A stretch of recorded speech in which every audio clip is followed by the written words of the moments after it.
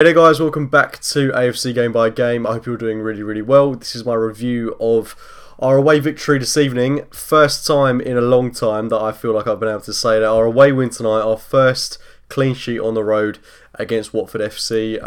Really difficult, to be honest. Let's not beat around the bush. We made this game a lot more difficult for ourselves than it had to be, playing the majority of this match against the 10 men of Watford. A team that have done very well this season. It's a great 3 points.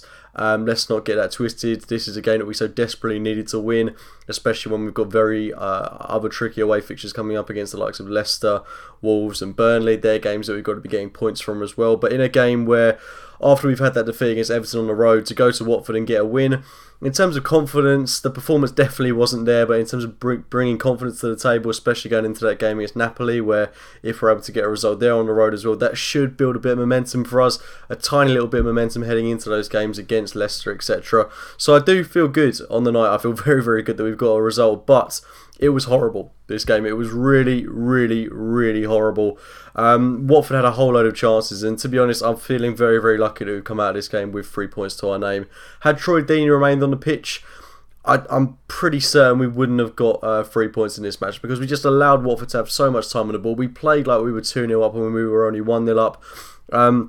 And you wouldn't know what team had 10 men, because we sat off Watford so much. I do think the substitutions we made did play a big part in the way he performed, especially in that second half. Bringing Torreira off, bringing Guendouzi on, I think we completely lost control of the game in midfield. But on the plus side, we've got through this game unscathed, and we've given a big rest to Aaron Ramsey. He's got 45 minutes off the pitch. Mesut Ozil also had a 45-minute break. Maitland-Niles was rested for the majority of this game, and when he did come on, was absolutely brilliant, by the way. Lacazette hasn't played, Socrates hasn't played, Kolasinac hasn't played, so big positives at the back.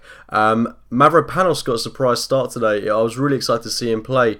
It's the first time that we've really seen him start in an Arsenal shirt this season, and I thought he was really shaky. I'm not gonna lie. I thought he had a very indicative performance of a player that wasn't playing with a lot of confidence, that hadn't played in a long time. And to be honest, probably one of the most difficult games, one of the most intense games he could have been thrown into, so I do feel for him, but he did look nervous tonight, but we've kept a clean sheet. Part of that is down to Laurent Koscielny, who I thought was excellent alongside him, and it's mental that at 33 years old he's still playing at the level that he is, because he has been fantastic since coming back from his injury. And the fullbacks in Mustafi and Monreal, I thought Mustafi actually had a pretty decent game on the right hand side, and I thought Monreal was relatively solid on the left, but we still allowed Watford far too much joy, far too many opportunities that they had in behind us. Gray looked a threat, Hughes looked a threat.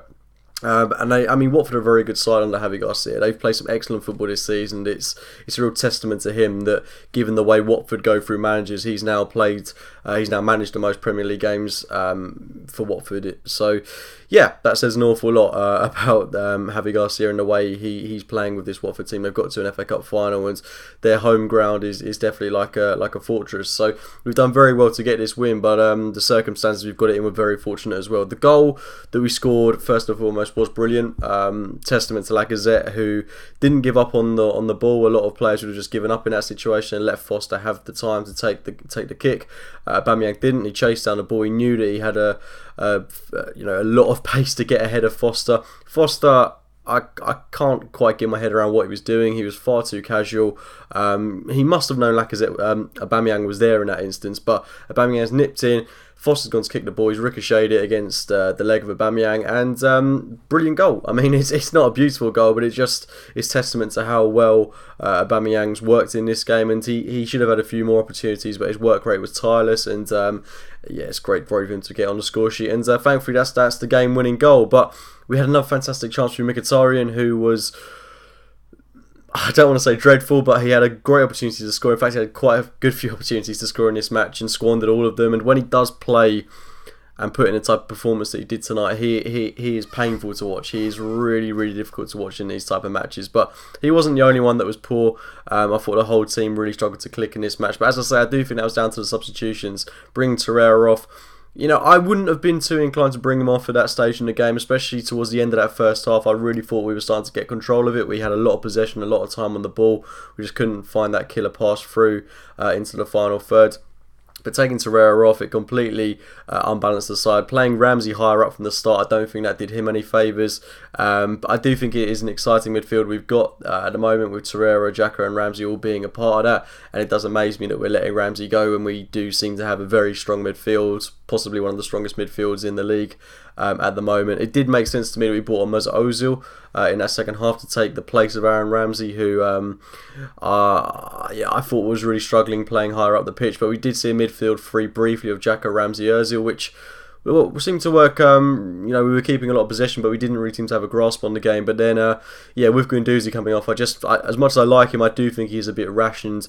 We do lack balance in the midfield when he's in there sometimes. So I don't think the substitutions were necessarily correct, but in terms of resting players and with Thursday in mind, they completely made sense. But there was a lot to be concerned about this evening, and it's not overly confidence boosting going into that game against Napoli. The thing that worries me is if we are going to look to play a 4-2-3-1 system, which Emery seemed to line up in tonight, we need two new wingers, because Iwobi, I don't think he was as poor as people were making out this evening. What he's very good at doing is holding up the ball, making space for others, and not losing possession. But it's his final ball where he really needs work. Saying that, he did set up a brilliant chance for Mkhitaryan, which should have made it 2-0. Poor finish from Mkhitaryan, or a great save from Foster, whatever way you want to look at that, it should have been 2-0. But for the most part, he gets into great positions, but then just can't put the ball into the back into the path of someone like Aubameyang. It's very rare that he does, so he's got a lot of work to do. Time is still on his side, thankfully, but he's not getting any younger either. And we need players that can perform. Next season, of course, you've got Reece Nelson coming back, and you'd hope that he'd take the place of someone like Henry Mkhitaryan, who, as much as I think has been positive this season, when he had that run of about 5 or 6 games where he was fantastic, for the most part, especially in games like today, just can't rely on him. You really, really can't. And I do feel like if we are going to play this system, we need to invest, because Emery obviously doesn't trust Kolasinac and Maitland-Niles in a back four, so we need 2 new fullbacks if that's the case, because Monreal's 33, so we need a new left back. Maitland-Niles isn't a right back, so he can't play there.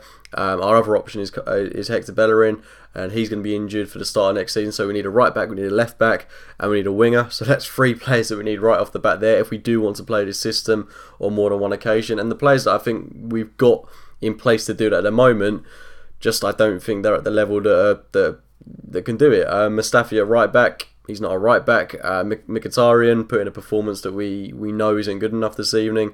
Iwobi, painfully inconsistent at times. I just think this team needs a whole.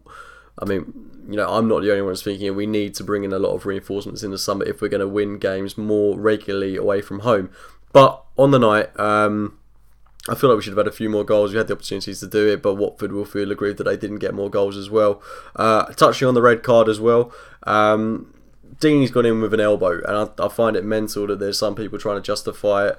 He's gone in with the intention to hurt Torreira. It's a red card. There's no beating around the bush there, and he's rightfully sent off. It's indicative of the type of player Troy Deeney is. I don't know if it shows cojones to do that, but it's got him sent off this evening, which for me is fantastic. For what happened in the event of a minute, for Aubameyang to score that goal and then for Deeney to get sent off, fantastic. But that's a small highlight in what was an overall not overly confidence boosting performance. But we go to Naples now with players like Ramsey, Torreira, Ozil that should be relatively well rested, with Socrates to come back in. Hopefully we can play a similar team that started at the Emirates on Thursday night against Napoli in the 2-0 win. Score out there and it's job done. I believe it's got to be. Surely we're not going to concede 4, are we? But we give away a hell of a lot of chances on the road, so let's not take anything for granted. Play like we did tonight, and we could concede 2 in the opening 2 minutes in Naples. So it'll be a really tough game, especially in a hostile atmosphere in Italy. But we've got to play our A game, and I hope Emery gets the team selection right. He's got a great squad to pick from a load of players that have been relatively well rested, and props has to go to him for making those decisions, making those substitutions. No matter how much I disagree and many others will disagree with them, but he has got a rested squad now for that game against Napoli. Luck was on our side though, it has to be said. On another day, we may well have lost this game, but thankfully today's been our day, and yeah, after Napoli I think we've got a home game against Crystal Palace, and then we can hopefully look to rotate that a little bit more and go into these games with a bit more confidence, a bit more optimism, and stronger lineups hopefully. But on that note guys, I'm going to leave it there. Please do drop a like on the video if you have enjoyed it, subscribe to the channel if you are new, and as always I'll speak to you very soon. See you later guys.